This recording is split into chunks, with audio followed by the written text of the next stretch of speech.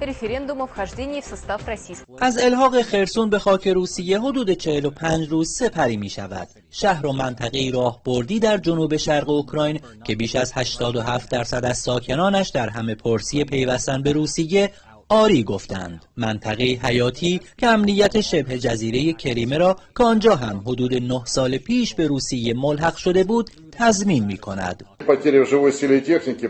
تصمیم گیری درباره عقب نشینی موقت از خرسون اقدامی شجاعانه برای حفظ جان سربازان روسی بوده و در شرایط فعلی مناسب ترین گزینه سازماندهی دفاعی در امتداد ساحل چپ رودخانه دنیپر است. به فاصله کوتاهی پس از اظهارات فرمانده میدانی نیروهای روسی مبنی بر عقب نشینی از ساحل غربی رودخانه دنیپر در شهر خرسون، سخنگوی وزارت دفاع روسیه گفت همه نیروها، تجهیزات، ادوات نظامی و نیز بیش از 150,000 نفر از ساکنان این شهر به مناطق امن منتقل شدند و عملیات خارج کردن 80,000 نفر دیگر از ساکنان باقی مانده و نیروهای امدادی تا صبح روز شنبه تکمیل می شود. وزیر دفاع روسیه در نشستی با فرماندهان ارشد نظامی کشورش هرچند با عقب نشینی موقت از ساحل غربی رودخانه دنیپر در شهر خرسون موافقت کرد، اما خواستار تحقق اهداف عملیات ویژه نظامی شد.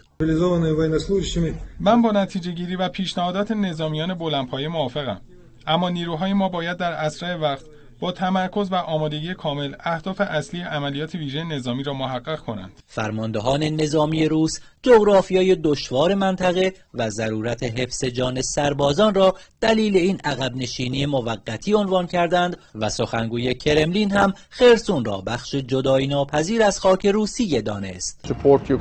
همزمان ینس استولتنبرگ دبیر کل ناتو عقب نشینی نیروهای روسی از خرسون را دلگرم کننده برشمرد و بار دیگر ادعا کرد پیروزی روسیه در اوکراین فاجعه‌ای بزرگ برای اوکراینی هاست که ناتو را هم آسیب پذیر می کند، در حالی که غربی ها این عقب نشینی را شکستی تحقیرآمیز برای روسیه قلمداد می کنند. برخی تحلیلگران برجسته مسائل راهبردی آن را اقدامی تاکتیکی می دانند. سید علی دارابی، خبرگزاری صدا و سیما، مسکو.